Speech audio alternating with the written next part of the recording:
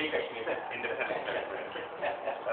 And indeed, in many states in the world that have recently thrown off the yoke of communism, prior to that occurrence, it might be said that the peoples of those countries appear to be reasonably happy with their lot. Yet, when the opportunity occurred, they were very insistent and indeed anxious to gain complete independence within a territorial integrity that represented a nation state. I can't quite see why you totally discount that situation for Kashmir itself. Sir, because of its historical continuity. You see, those states historically were independent states. Here, Kashmir was not an independent sovereign state in that sense. It was a state within the overall paramountcy of the British government. Otherwise, it had been part of a global empire and like that. It's the whole India being at times together, at times apart. That is one aspect. The second one is that if we start floating the idea of independent Kashmir, knowing what India is doing, we fear that we will be deprived of the international support. Because in the United Nations are already itching for taking their hands off Kashmir and giving it to India and Pakistan. And we've been trying to stop it through other international measures. So the idea of independent Kashmir, if it gains any currency here, it is simply dangerous for our own existence. Therefore, we not at the moment look at it from that point of view. But if unfortunately, in the ultimate analysis, if the whole subcontinent were to break up into balkanization, then maybe Kashmir or within Kashmir some other states might emerge. But at the moment, we are a part of the whole scheme of things, and we cannot separate ourselves from that. Just on that, a point we have put us a couple of times in India arguing against a freestanding Kashmir, or that it wouldn't be economically viable. Is that a view you would subscribe to as well? If it could stand as an independent entity? It could stand as on legs. I think also it will have to have its cordial relationship with the bordering areas in Pakistan, because that is a natural exercise which has been going on for years and years as well. But India actually has no actual brand in this.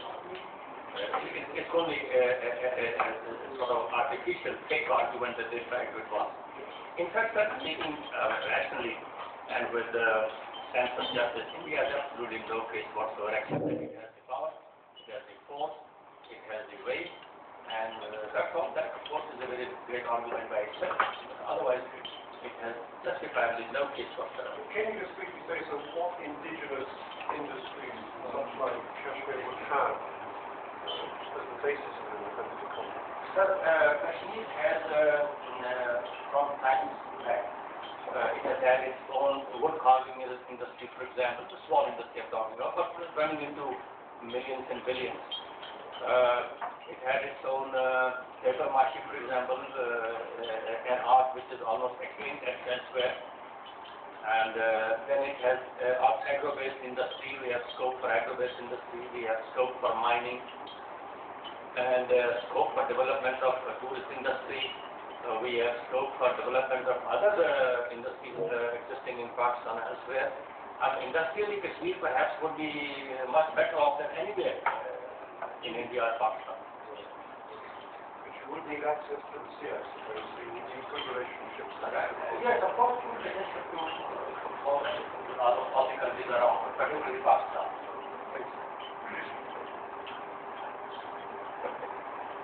I thank you once again for being with us in such a long time.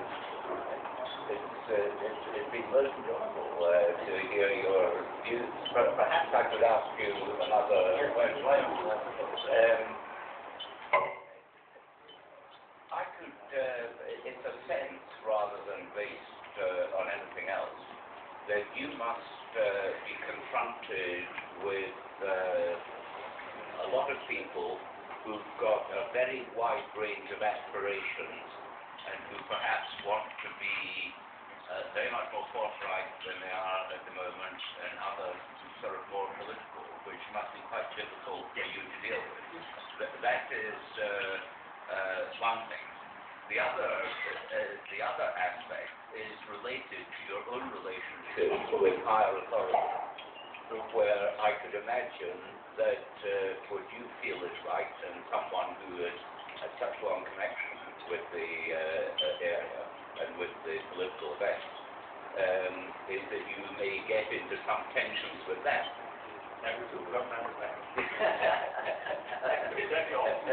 Yes. I was almost at war with Mr. Buttu for some time. I was in prison. During this time, the Yavrak time, I was in prison for more than 1 year. So we get into that conflict from time to time. So I stuck to my own views ever since. And anybody who sticks to his views, that is going to get into trouble one way or the other. So that's what we do. Sir, if you were to talk about Azad Kashmir, development in Azad Kashmir, it might be interesting for you to know that the rate of literacy in Azad Kashmir is much higher than anywhere in India and Pakistan. So we are about 48% at the moment, and the rate of attendance is about 98%, which means that if we continue with the present pace, because it is not very long to achieve 100% literacy in Azad Kashmir, and then the female education is almost as far as the education, which is again something not available elsewhere in the country. And the communication sector and the medical care here in Azad Kashmir is far better organized, and we spend quite a lot of money on that, providing free treatment, particularly specialized treatment to get abroad and here in Pakistan. And then the electricity, you happen to be here at night, you can see the most accessible areas month to month is electrified. But just during this colossal damage caused by rains and floods, we were the worst sufferers in the shape of damage to infrastructure, communications, particularly electricity, telephone, all these things that we disrupted. But we are continuing with great speed to put it back. We were incidentally disconnected with the Punjab and frontier coast, except for only one small link, which is incidentally very big. Otherwise, all the major bridges have been washed out. And internally also, a number of bridges and things washed out. But we are putting in all of our efforts to bring it back to normal scale. So that's not Where do your sources of income come from? Do you get much of it from internal taxes, or much of it from internal taxation, and then we have forest timber, actually, forest timber is the main source of income.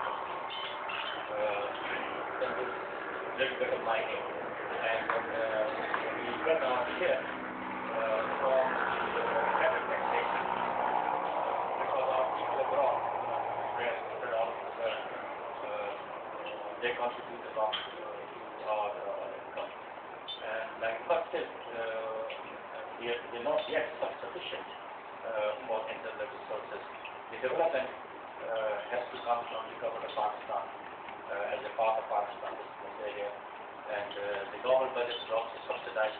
Sometimes it becomes consortium, sometimes we leave this like that. your people have the right to a Pakistani passport? The Pakistani passport that they have a right to use. Could I take you back historically? The events that led to the ruler electing to remain within India, all we hear pretty well is the decision was made. But I suspect that at that time, there must have been,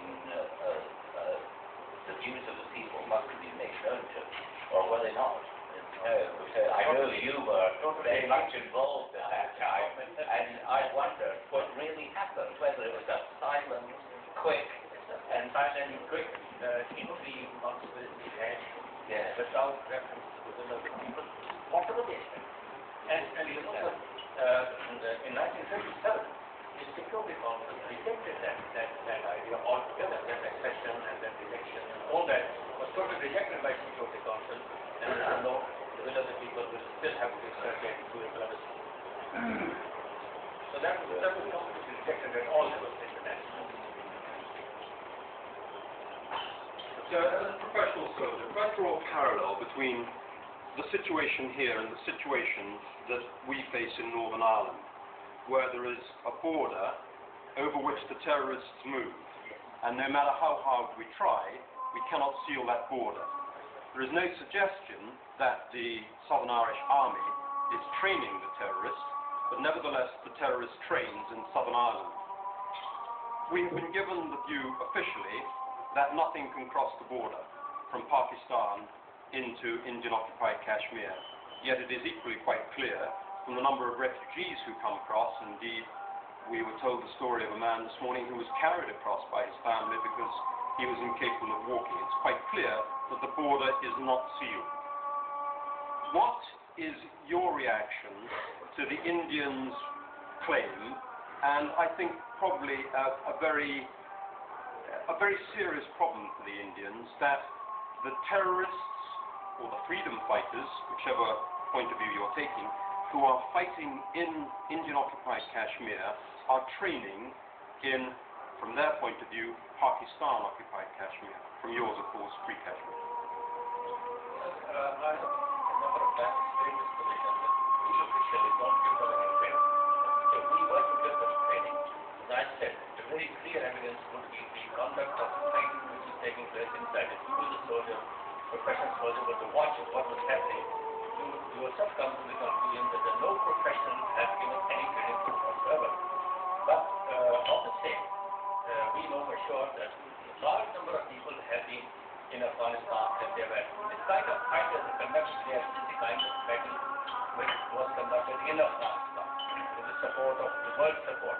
So there they don't have any support, but they retain the same character of a supported activity. That is why they're being killed like this by the Indian Army. And then of course we have a large number of retired soldiers from all walks of life in Azad Kashmir. Azad Kashmir abounds in Pakistan totally for that matter. And if anybody chooses to go and give them some training somewhere, we have not actually tried to impose any strict watch on the people in that country. As I said earlier, that would mean fighting Indian battles on our own soil. And we cannot simply afford to do that. So that's actually happening. I don't know about the Pakistan Army, they were giving any training, but in Azad Kashmir and the government of Azad Kashmir, we have had nothing to do with them. We provide them shelter, no doubt. And we look after them as long as they are there. And they want to go back, they can go back. If they want to stay, they can stay here. That is impossible. I don't imply that you, as the government or the Pakistan Army, is involved in training them, but I wonder if it mightn't be one small step to take from your point of view, but a very major step from the Indian government's point of view, to accept that the official line that nothing can cross the border is not one that you can actually maintain, and accept the fact that people are going across. We cannot maintain that. We don't want to maintain. As long as I am the Prime Minister here, I will not stop anybody crossing. Of course, it's open, declared, one-point crossing is a different thing. But this individual crossing, I would not stop anybody doing that. And even our laws don't permit. Our High Court and Supreme Court have given a ruling in that they are citizens of both areas, are the same citizens, and they cannot be stopped by any legal action. Therefore, we don't do that. And the other thing is, I told you, if I try to stop them for no end whatsoever, I stop them either to support any or to fight Indian battle here. Both the things I cannot afford. I'm sorry to keep on pressing, but therefore the official line that the border is so strongly manned by the Indians that nothing can get across. Well, it is manned by them, no doubt, but it is so vulnerable, such a vulnerable border, 1,800 kilometers, with all the vines, mountains, and forests, and thick bushes, and things like that, that I don't think any army, no matter what number, deployed there again, 100% seal the border. Do you see that statement as being a small step for you to take, but a major one for the Indian government, and therefore is it perhaps a first step towards the resolution of the Kashmir conflict you could take? Sealing the border firstly, it is not practicable, and secondly, it will not resolve the Kashmir issue, because it will further aggravate the issue. If they want to resolve the issue, a free interplay between the two sides will have to be allowed. The people will have to be taken into confidence from both sides, and only then a resolution can come up. Keeping this area separate and telling Pakistan that if anything happened in Azad Kashmir, we will go into Pakistan, taking Azad Kashmir as a hostage that way. So these players have failed so far, and did not produce any results, because the people don't accept things which are against facts of life. If my own people on the other side are being killed and molested, how long can I stay back and see if I could do anything for them? I would certainly do it. It's simply human. It's not a mechanical thing that Indian and Pakistani armies can place a mechanism where people forget about each other and forget about human sentiments and emotions and relationships. That's not humanly possible. And particularly in the present day world scenario as it is, Afghanistan and then Palestine and then Russia and then so on and so forth, and many other things happening. Every young man is motivated to go for a right which has been taken away from him.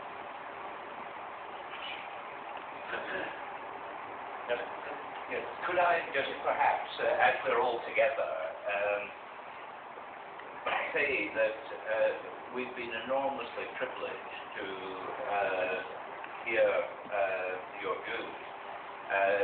I think we're enormously privileged, not only because of your position, but you speak with the great human warmth, too, of someone who's deeply concerned about the people of Kashmir, and with someone whose history in the political involvement goes back to, I was going to say, your youth. I was better at it. And yes, your late youth. And it's the sense of history of that has really come across to us. But we have loved Kashmir. It's such a beautiful country, and its people deserve democracy and freedom. And we sincerely hope that that event comes to pass soon. Okay, thank you. And could I please just a little gift? Thank you very much. Thank you. We have a small gift to present to you in memory of your visit again.